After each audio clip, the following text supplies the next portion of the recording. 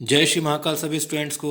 मैं राजेंद्र सिंह नागर एक्सएनएस ट्यूटोरियल उज्जैन के इस यूट्यूब चैनल पर पास्ट इंडेफिनाइट टेंस के सेकंड पार्ट में आप सभी का स्वागत करता हूं। तो फ्रेंड्स, हम लोगों ने पास्ट इंडेफिनाइट के फर्स्ट पार्ट के बारे में तो पढ़ ही लिया था, जिसमें हम पास्ट की सिंपल घटनाओं के बारे में बात करते हैं। आज हम लोग सेकंड पार्ट के बारे में बात करते हैं। सेकंड पार्ट में क्या होता है, इसमें किसी भी सेंटेंस का वर्णन करते हैं, ठीक है, और एक्सप्लेनेशन सेंटेंसेस आते हैं, वर्णनात्मक वाक्य आते हैं।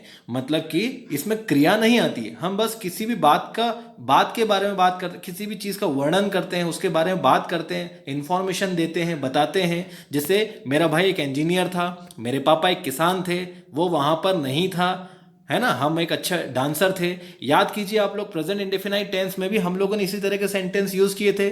उसमें हम लोगों ने लास्ट में है वाले सेंटेंस बनाए थे ना, जैसे कि मेरे पापा एक किसान है ना, यह मेरा घर है, यह किताब अच्छी है, उज्जैन एक खूबसूरत शहर है। इस टाइप के सेंटेंसेस यूज किए थे ना। वैसे ही पास्ट इंडेफिनाइट के इस सेकंड पार्ट में इन अफर्मेटिव सेंटेंसेस में भी हम लोग वैसे ही सेंटेंस यूज करेंगे, लेकिन ये पास्ट के सेंटेंस रहेंगे। इसमें कुछ नहीं करना है हमको, सब्जेक्ट के बाद में वॉज वर्ब लगाना है और उसके बाद में कॉम्प्लीमेंट लगाना है, दैट इज पूरक लगाना है, जो लगेगा वो लगाना है। अब वॉज और वर का यूज किन किन के साथ में करना है, देखिए, I, he, she, it, name singular subject के साथ में वॉज लगाएंगे, और वी, यू, दे और प्लूरल सब्जेक्ट के साथ में वर का यूज करेंगे। कुछ एग्जांपल्स देख लेते हैं अफर्मेटिव सेंटेंस मतलब सकारात्मक सेंटेंस के, है ना। यह मेरा घर था, या सॉरी, वह मेरा घर था, तो that was my house.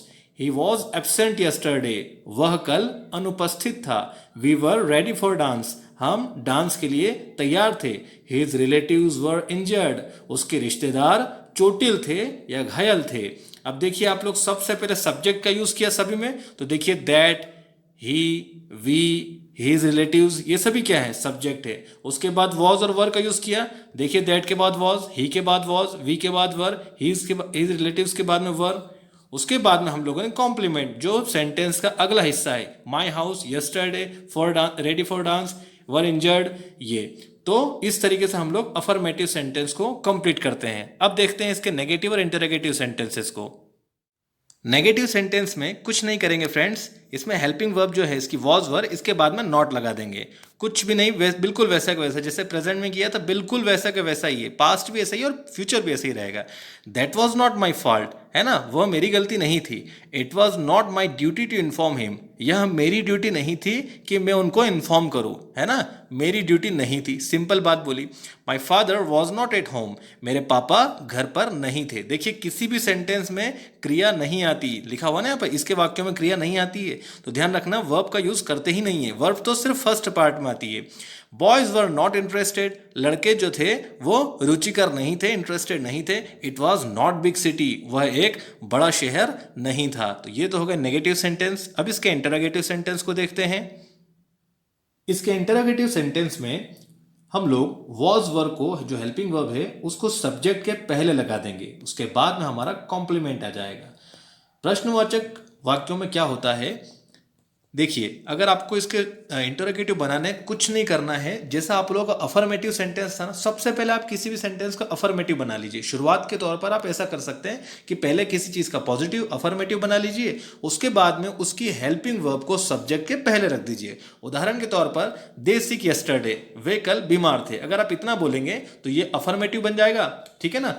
They were sick yesterday, अगर हम यूं बोलेंगे तो अफर्मेटिव बन जाएगा। अब इसकी जो हेल्पिंग वर्ब वर है, उसको हम लोग सब्जेक्ट जो दे है उसके पहले लगा देंगे, तो ये बन जाएगा interrogative. Were they sick yesterday, was your father an officer, क्या तुम्हारे पापा एक ऑफिसर थे।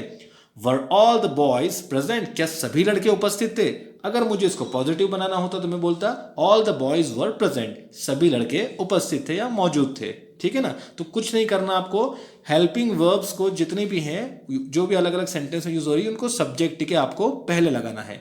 अब इसके इंटरोगेटिव सेंटेंस में अगर हम देखें तो कुछ नहीं करना है फ्रेंड्स, वॉज वर्ब के बाद में सब्जेक्ट, उसके बाद में नॉट लगाना है, और उसके बाद में कॉम्प्लीमेंट। याद कीजिए, जब हम लोगों ने प्रेजेंट में सेकेंड पार्ट पढ़ा था इंडेफिनाइट का, तो उसमें हम लोगों ने is am are helping verb लगाई थी, याद आ रहा है आप लोगों को, है ना। उसमें is am are helping verb लगाई थी हम लोगों ने, और उसके बाद में हम लोगों ने सब्जेक्ट के बाद में नॉट लगाया था। ठीक वैसे ही अब हम लोग वॉज वर्ब लगा रहे हैं। Were they not interested in games, क्या वे खेल में इंटरेस्टेड नहीं है। Was I not well yesterday, क्या मैं कल अच्छा नहीं था। वॉज इट नॉट गुड, क्या यह अच्छा नहीं था।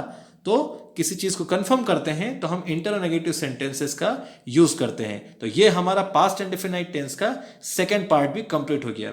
चलिए आइए अब हम देखते हैं इसके थर्ड पार्ट को। हम बात करते हैं पास्ट इंडेफिनाइट टेंस के थर्ड पार्ट की। इसमें क्या होता है, याद कीजिए हम लोगों ने जब प्रेजेंट इंडेफिनाइट टेंस पढ़ा था तो उसके थर्ड पार्ट में क्या पढ़ा था, के पास वाले सेंटेंस, है ना, कि मेरे पास एक कार है, मेरे पापा के पास एक बाइक है, या तुम्हारे पास समय है, मेरे पास बहुत सारे पैसे हैं, उनके पास मेरा नंबर है। इस तरह के सेंटेंस हम लोगों ने प्रेजेंट में पढ़े थे। ठीक पास्ट में कुछ नहीं करना है, बस था थी थे लगा देना है। इसमें हम देखते हैं सब्जेक्ट के साथ में हैड लगेगा और उसके बाद में ऑब्जेक्ट।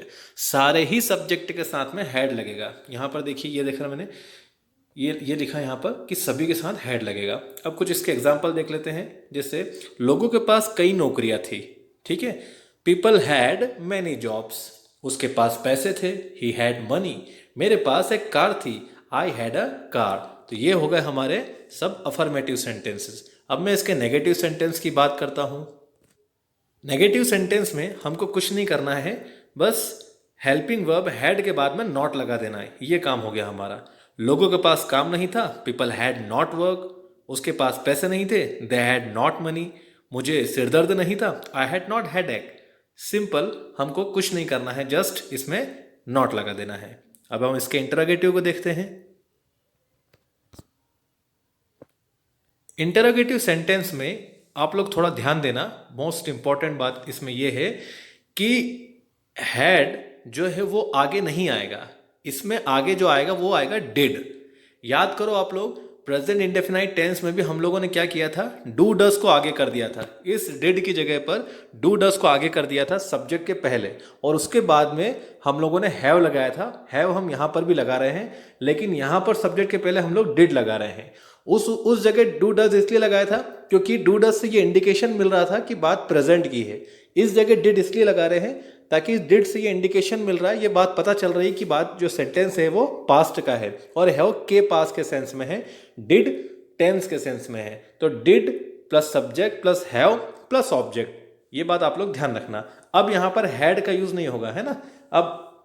अब जो इसमें है हैव वो सभी के साथ आएगा, ध्यान रखना। क्या तुम्हारे पास उसका नंबर था, did you have his number. क्या उसके पास कार थी, did she have a car. क्या लड़कों के पास पर्याप्त समय था, did boys have enough money या इनफ टाइम। तो इस तरह के केसेस में याद रखना डिड आगे आ जाएगा, ठीक है ना। अब हम इसके इंटरोनेगेटिव सेंटेंस को देखते हैं।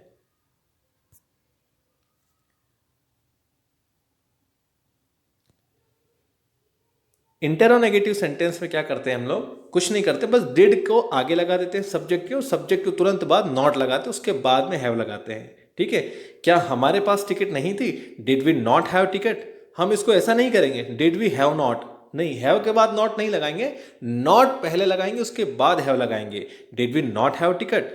उसके बाद में सेंटेंस देखते हैं, क्या भारत के पास ज्यादा धन नहीं था, did India have not much money. सभी के साथ हैव आएगा, ध्यान रखना, सभी के साथ। जैसे यहां पर सभी के साथ हैड आया था ना अफर्मेटिव और नेगेटिव में, वैसे इंटरोगेटिव और इंटरोनेगेटिव में सभी के साथ हैव आएगा। ठीक प्रेजेंट इंडेफिनाइट टेंस में भी हम लोगों ने ऐसे ही किया था, डू डज आगे लगाया था और सब्जेक्ट के बाद में हम लोगों ने हैव लगाया था, क्योंकि वहां भी सभी के साथ में हैव आएगा। आ गई बात समझ में। चलिए ठीक है, तो हम लोगों ने सेकंड और थर्ड पार्ट आज दोनों पढ़ लिए हैं। आप अच्छे से इनको रिवाइज कीजिए, और अगर आप चैनल पर आप वीडियो नए नए कोई अगर आप देख रहे हैं तो उसको सब्सक्राइब ज़रूर कीजिए, और लाइक और कमेंट शेयर ज़रूर आप चैनल को कर दीजिएगा। जय श्री महाकाल सभी को।